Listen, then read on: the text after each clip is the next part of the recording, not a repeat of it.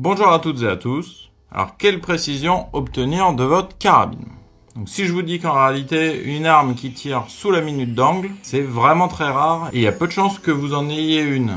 Alors, on va voir quelle précision vous pouvez obtenir en fonction des armes que vous allez acheter. Restez jusqu'au bout pour bien comprendre comment ça fonctionne. Donc en réalité, peu de fabricants garantissent vraiment la précision de leurs armes. Quand c'est fait, c'est souvent bien expliqué en disant que c'est inférieur à 1 minute d'angle, donc 1 MOA, sur 3 balles seulement. Donc ça, à la limite, pour la chasse, c'est parfait. Vous savez qu'en 3 tirs maxi, vous avez une arme qui reste précise. Mais si vous tirez en compétition, 3 balles, franchement, ça sert à rien. Donc ce qu'on voit, c'est que quand on paye des armes un petit peu moins chères, comme des Bergara, c'est bien expliqué. On vous dit garantie sous la minute d'angle avec 3 balles, vous avez même les balles utilisées et une liste d'ogives ou de balles compatibles qui vont bien avec. Si vous prenez des armes chez PGM, Victrix et compagnie, vous n'avez aucune garantie. Donc ça c'est un peu dommage, plus on paye cher, moins il y a de garantie. Donc comment savoir vraiment ce qu'on peut attendre comme précision d'une arme? On va voir qu'un organisme s'est penché vraiment sur la question, si on compte un peu les programmes militaires américains. Donc cet organisme, c'est le BPC, pour Ballistic Precision Classification System, et il va nous faire un classement de 1 à 6, donc du plus précis au moins précis, du Raygun à l'arme d'infanterie. Donc classe 1, les Raygun, qu'est-ce que c'est? En gros, un canon, une action, le tout monté sur un étau, un truc qui bouge pas, et ça permet d'éliminer toutes les variantes liées au tireur. Donc en classe 2, on a tout ce qui est arme de bench rest, donc capable d'une grande précision jusqu'à milliard. En général, c'est du bon travail d'armurier. En classe 3, on a le standard de ce qui est attendu maintenant des nouvelles armes de sniper américaines, donc c'est le programme PSR. Et là, c'est ce qu'on aimerait bien atteindre quand on a des armes de tir et de précision. En classe 4, vous avez tout ce qui est semi-auto de compétition. En classe 5, on va dire que c'est le standard américain pour tout ce qui était arme de sniper. Donc dans les années 80-90, c'était le M24, arme à verrou. Maintenant, ils attendent le même standard pour la nouvelle arme de tireur d'élite, qui est cette fois en semi-auto. Donc ça, c'est le programme du M110. Et ce qui est très intéressant de voir là-dedans, c'est que finalement, il y a les mêmes espérances de précision avec des armes à verrou des années 90 que ce qu'on peut avoir maintenant, on va dire, avec des armes de 2015 et plus récentes. Et le dernier, classe 6, c'est un peu le standard infanterie, chasse qu'on pourrait avoir et le standard qui est attendu des munitions classiques. Donc on verra sur une prochaine vidéo comment on peut utiliser les statistiques pour prédire finalement un peu la taille de nos groupements. Là, on va se concentrer ici sur les groupements de 3 tirs et 5 tirs et voir où on se classe dans ce tableau. Moi, pour info, j'ai mis à côté les différentes armes que j'ai et j'ai fait des moyennes sur mes résultats pour voir un peu où j'en suis aussi là-dedans. Alors, comment lire ce tableau efficacement? À gauche, vous avez les différents types d'armes. Donc, ces armes vous permettent d'obtenir la colonne rose, c'est le pourcentage de chance que vous allez faire des groupements de 3 balles dans moins d'un MOA. Donc là, par exemple, pour le standard d'une arme d'infanterie, vous avez 21% de chance de faire des groupements de 3 balles dans moins d'un MOA. Quasiment 1 sur 4, c'est pas super. Ce qui veut dire que vous allez en général avoir une moyenne de groupement de 3 tirs aux alentours d'1,4 MOA.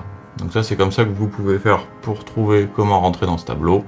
Vous prenez la moyenne de tous vos groupements sur 3 balles et vous regardez si vous êtes par exemple donc sous 1,4 MOA, 1,2, 0,9, etc., etc.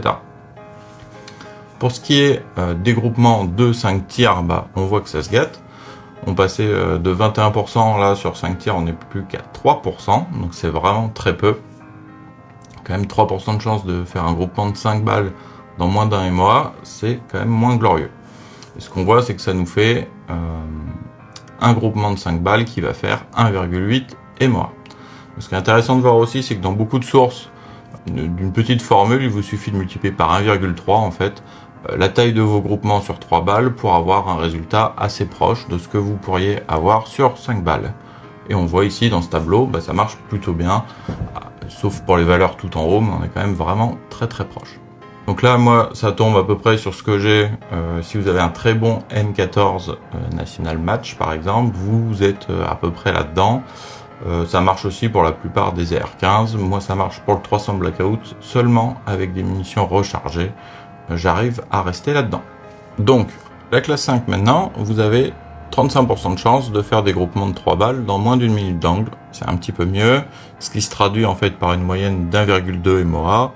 Et pour 5 tirs, ça vous fait 9% de chance, soit 1,5 MOA. Donc ça, on va dire une arme qui est entre 1,2 et 1,5 MOA. On en a pas mal. Maintenant, c'est la plupart des armes de chasse et de tir sont là-dedans, sauf contre-indication. Effectivement, moi, c'est ce que j'ai eu avec la plupart des Remington 700 et compagnie, qui sont pas toutes jeunes. Voilà, c'est vraiment le standard où vous allez être vraiment là-dedans. Là, les tableaux sont faits en général avec de la manufacturée, sauf pour le bench rest et le ray gun. En passant de la cartouche manufacturée à de la cartouche rechargée vraiment au poil, vous arrivez presque à gagner une catégorie. Donc ça, c'est pas mal pour ceux qui veulent chercher la précision. De toute façon, l'idéal, c'est bien de recharger. En classe 4, là, vous avez la semi-auto de compétition. Vous avez cette fois un peu plus d'une chance sur 2, 57%, et 26% sur 5 balles. Et donc, ça vous fait 1,2 MOA pour 5 balles. Donc ça, c'est typiquement ce que je peux obtenir avec une bonne Remington 700 et des rechargements qui vont bien. On est vraiment dans cette moyenne. C'est aussi ce que j'ai avec mon AR-15 Varmint, qui est un canon de compétition. Donc ça, c'est plutôt logique. Et on a un peu mieux si cet AR-15, j'arrive à faire des rechargés qui vont bien. Là, j'arrive à le faire passer dans la classe au-dessus, mais c'est vraiment très rare. Faut trouver les bonnes balles.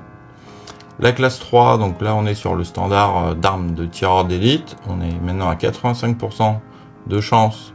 Donc c'est pas mal d'armes de tir de précision sont là-dedans. Vous faites des groupements de 3 balles. Vous êtes à chaque fois, ou presque, en tout cas, votre moyenne est sous les 0,7 MOA sur 3 balles.